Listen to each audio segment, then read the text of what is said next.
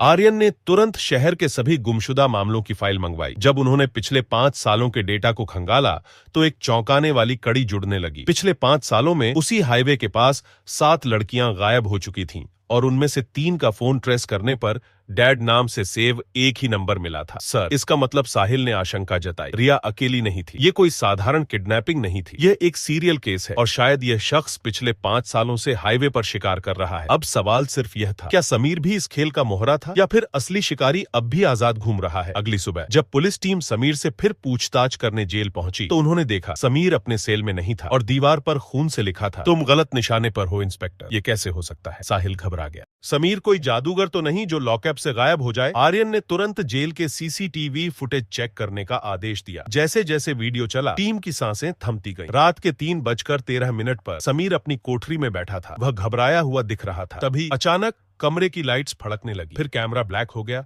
और जब कुछ सेकंड बाद वीडियो वापस आया तो समीर गायब था। लाइट बंद होते ही ये कैसे गायब हो सकता है? साहिल के चेहरे पर पसीना छलक आया। कोई अंदर गया या बाहर आया? आर्यन ने पूछा। सीसीटीवी फुटेज फिर से चेक किया गया, लेकिन जेल के गलियारे में किसी के आने जाने का कोई रिकॉर्ड नहीं था। समीर अंदर ही अंदर गायब हो चुका था। अगर समीर गायब हो गया है तो हो सकता है कि वो रिया पर हमला करे। साहिल ने कहा। रिया कहाँ है? उसके घर पर पुलिस सुरक्षा तैनात है। लेकिन आर्यन ने बिना कुछ सुने तुरंत रिया के घर की ओर गाड़ी बढ़ा दी। रिया के घर कुछ तो गड़बड़ है। सुबह 7 बजे जब आर्यन और टीम वहां पहुंची तो माहौल असामान्य था। दरवाजे पर तैनात पुलिसकर्मी बेहोश मिले। दरवाजा अंदर से खुला था और सबसे डरावनी बात, रिया घर में नहीं थी, लेकिन उसके बेडरूम की दीवार पर कुछ अजीब सा लिखा था। ब्लैक मार्कर से, अब तुम बहुत करीब आ गए हो इंस्पेक्टर। आर्यन का दिमाग तेजी से काम करने लगा। समीर भाग गया, रिया गायब हो गई। और ये संदेश किसने लिखा? क्या रिया को किसी ने फिर से उठा लिया या फिर उसने खुद कुछ छिपाने की कोशिश की? रिया के घर की तलाशी के दौरान पुलिस को एक छोटा ट्रैकिंग डिवाइस मिला जो उसकी घड़ी के अंदर छिपा हुआ था। किसी ने इसे रिया पर नजर रखने के लिए लगाया था, आर्यन ने कहा। पर ट्रैकिंग डिवाइस अब भी एक्टिव है, साहिल चिल्लाया। आर्यन ने तुरंत ट्रैकर की लोकेशन चेक की। लोकेशन दिख रही थी, दिल्ली जयपुर हाईवे से 10 किलोमीटर दूर एक पुराने फैक्ट्री के अंदर। चलो, खेल खत्म करने का समय आ गया है।